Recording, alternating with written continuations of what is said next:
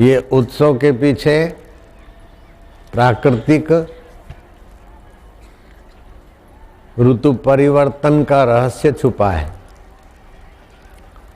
और विघ्न बाधाओं को मिटाने की घटनाएं भी छुपी हैं।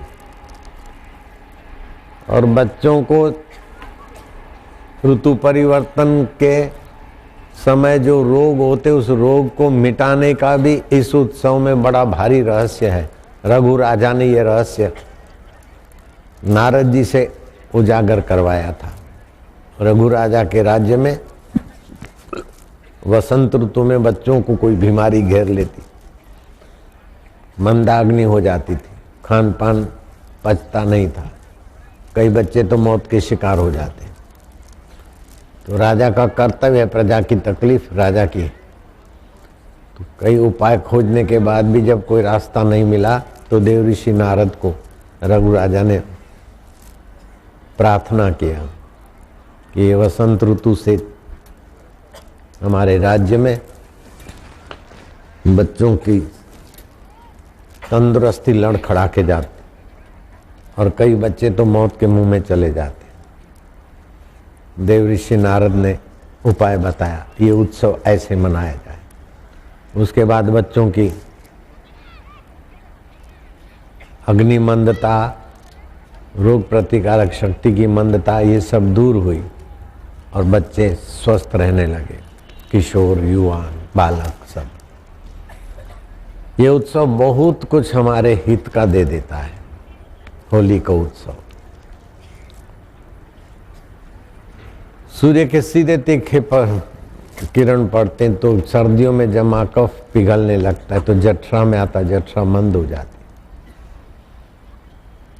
पलाश के फूल मंदाग्नि निवर्तक है, इसलिए पलाश के फूलों का रंग,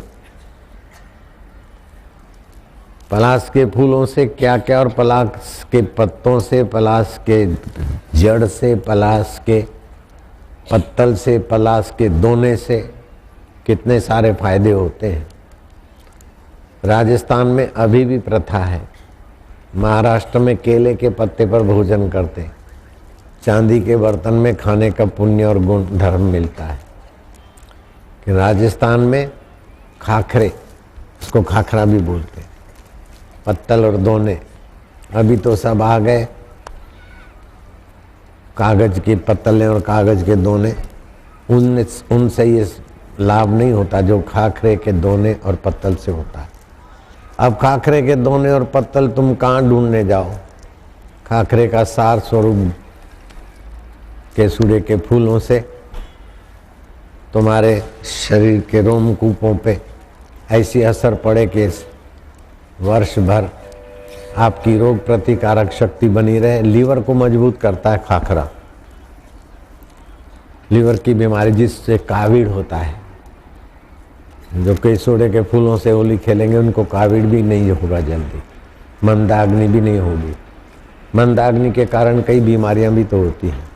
इन दिनों में नंगे सिर धूप में कभी न घूमे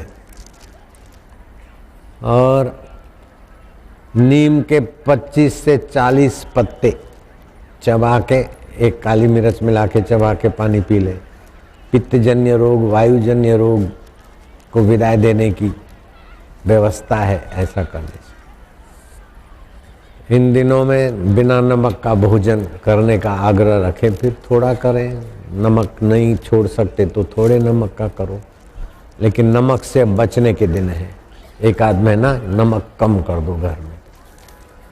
ऋतु परिवर्तन है तो छुपे हुए रोग अथवा दबा हुआ कफ या ट्यूमर यहाँ जोर मारेगा। तो कईयों की रोग प्रतिकारक शक्ति कमजोर होती तो रोग उभरने की संभावना होती। तो घर के मुख्य द्वार पर नीम के पत्ते और आसोपाल के पत्तों का तोरण लगाना भी हितकारी है। सबसे बड़ा हितकारी है अभयदान। अपनी आत्मा की अमरता सुनकर उसका चिंतन करना। अभयदान से पता चलता है कि ये सुनामी आई, उससे 1000 गनी सुनामी आ जाए फिर भी हमारा कुछ नहीं बिगाड़ सकती। हम वो सत्चित आनंद स्वरूप आत्मा शरीर को तो कितना भी संभालो, सुनामी में नहीं गए तो और किसी ढंग से जाने वाले। मकान, शरीर और ये व्यवस्थाएं तो देर सबेर लड़खड़ाने वाली है, लेकिन इन सारी व्यवस्थाओं का फायदा उठाओ कि आपके सत्य स्वभाव, आपके चेतन स्वभाव, आपके आनंद स्वभाव का आपको साक्षात्कार हो जाए। इससे आप परम निर्भीक हो जाओगे। फिर सूरज ठंडा होकर बर्फ का गोला होकर आकर धरती पे पड़ जाए और धरती आकाश में उड़ने लग जाए उल्टी होगी और अपन सब नीचे गिर जाए, तभी भी अपना कुछ नहीं बिगड़ेगा, ये साक्षात्कार हो जाए।